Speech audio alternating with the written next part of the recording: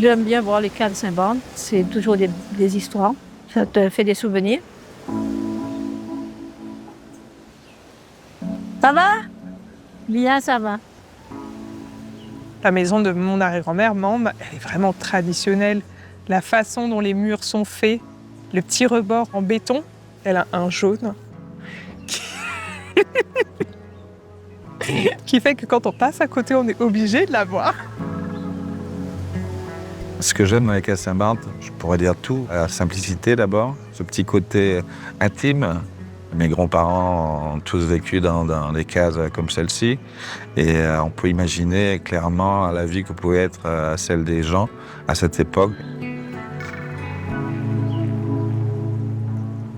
On trouve deux grands types de cases traditionnelles Saint-Barth. Il s'agit évidemment de celle en bois. Pour la construire, il fallait d'abord choisir le lieu, quelque chose d'assez plat et surtout trouver les éléments qui la constituent et qui l'ancrent vraiment dans le sol, à savoir un arbre tutélaire. Et celle qu'on connaît aussi, encore plus typique, certainement plus ancienne, c'est la case à vent. On peut retrouver souvent sous le nom de carbet ou cabrette, plus compacte, plus petite encore, mais robuste. Donc, ce qui permet vraiment de résister aux aléas climatiques et aux forts temps, aux ouragans, aux cyclones. Et on peut imaginer la difficulté quand on a une famille nombreuse pour y habiter. C'est pour ça que les gens habitaient clairement dehors. Il y avait de toute façon tellement de travail à faire que la journée se passait à l'extérieur.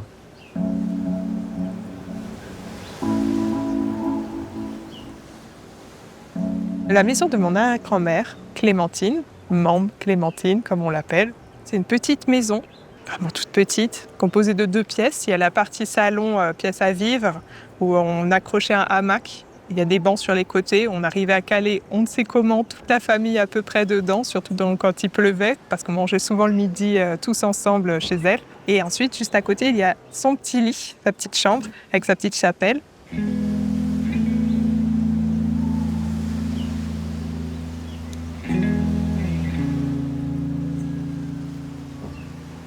On était jeunes, on descendait le soir, dire bonjour aux mères et aux tantes et tout ça. Alors les grands-mères préparaient des petites galettes quand on arrivait. Le soir, elles nous racontaient des histoires. C'était notre pied-à-terre près de la plage, quoi. Il y avait la chambre des parents qui était sacrée et il y avait une autre pièce qui servait de la journée de séjour, le salon, on va dire. La journée, tout était rangé. Et le soir, il fallait tout remettre, aligner les hamacs, mettre les toiles au sol pour dormir et tout ça.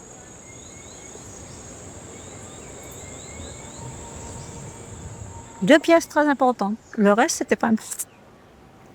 Il y avait la cuisine, bon, les roches, hein, et avec le feu de bois. La salle de bain, c'était accessoire, puisque bon, il n'y en avait pas dans l'époque, hein. On se dérouillait comme on pouvait. Et puis, c'était tout dans l'ensemble.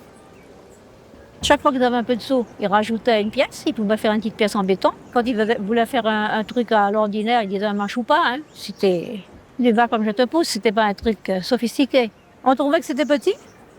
Si tu avais un boîte en carton pour mettre tes affaires, c'était déjà bien.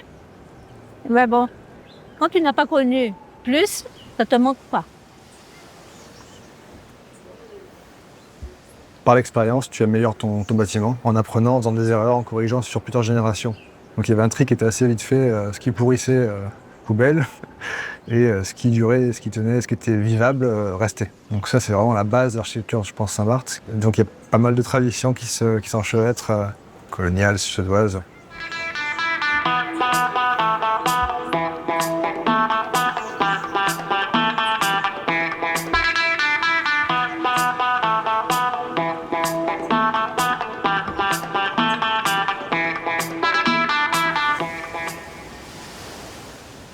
C'est la maison suédoise par excellence. À moitié en bois, à moitié en pierre. Elle s'est appelée Maison d'Inzi. Et le dernier nom que cette maison porte, elle porte le nom de musée du patrimoine. C'est une maison qui a un cachet, une âme. Il y a une espèce d'enfilade de pièces extrêmement prenantes dans leur beauté. à Saint-Barth dans les années suédoises. Certains documents nous expliquent qu'il y aurait eu une forme d'esclavage dans la campagne, travailler la terre. Il y aurait eu aussi une forme de deuxième esclavage dans la ville de Gustavia qui fut, à l'époque suédoise, un port de commerce. On est sur des influences très diverses qui se sont mélangées. Ce qui a tenu aujourd'hui ou ce qui a pu influencer des styles qui sont venus après, ça a une vraie valeur. Hein. Je pense qu'il y a cette notion de bâtiment ancien sur nos territoires, peu importe le style, ils sont encore debout et ils sont encore utilisés. Cette case a plus de 100 ans, donc c'est quand même une belle preuve de résilience. C'est un travail d'une vie, quoi, de construire ce genre de maison. On commence par juste ce qu'on peut construire, petit à petit on rajoute suivant les besoins. Donc on a décidé d'améliorer un peu la maison. C'est mon grand-père qui l'a bétonné à l'époque. Il y avait la case et tout autour, il y a une sorte de bordure en béton qui a été faite pour solidifier la maison, pour la maintenir au sol, pour les cas de cyclone. Et en fait, cette petite bordure servait de banc tout simplement à toute la famille. Et juste en face, il y avait un muret en pierre. On escaladait ce petit muret. C'était un lieu de jeu plus qu'un lieu de vie pour moi en tant qu'enfant. Sur une petite île aussi petite et aussi rocailleuse, il a fallu s'adapter dans bien des domaines. Et c'est une marque claire du caractère des Saint-Barth. On commence à avoir une nouvelle architecture à Saint-Barth qui se distingue des maisons traditionnelles comme les cases Saint-Barth en bois et qui sont donc en dur. On se trouve à Lorient, dans une magnifique maison qui fait partie des maisons traditionnelles avec ornement. Les frises, en haut, au niveau de la toiture. Donc c'est une fine dentelle taillée dans le bois. Il y a un autre élément essentiel, c'est les garde-corps. Et ces garde-corps-là sont moulés directement dans le ciment. Comme c'était en dur, c'était souvent plus aussi un travail communautaire. C'est-à-dire qu'il fallait faire des moules. Et ces moules étaient prêtés de famille en famille, de maison en maison.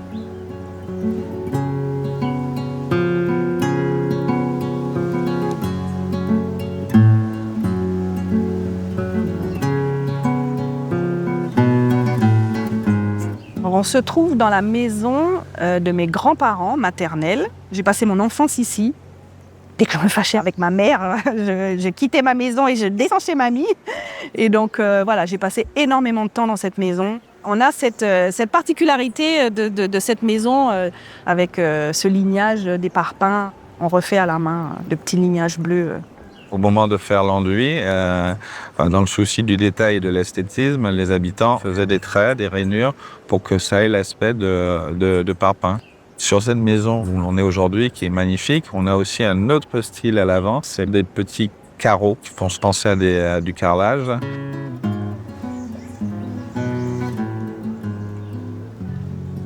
À l'avant, on a vraiment un jardin magnifique. On se croit dans Alice au Pays des Merveilles. Et on a vraiment envie d'y entrer. Mame Clémentine adorait son jardin. Dès qu'on arrive chez elle, on les voit, ces buissons avec ces petites fleurs rouges, les pompons. C'est vraiment un arbre, c'est vraiment une plante, c'est vraiment des fleurs qui me font penser qu'à mon arrière-grand-mère.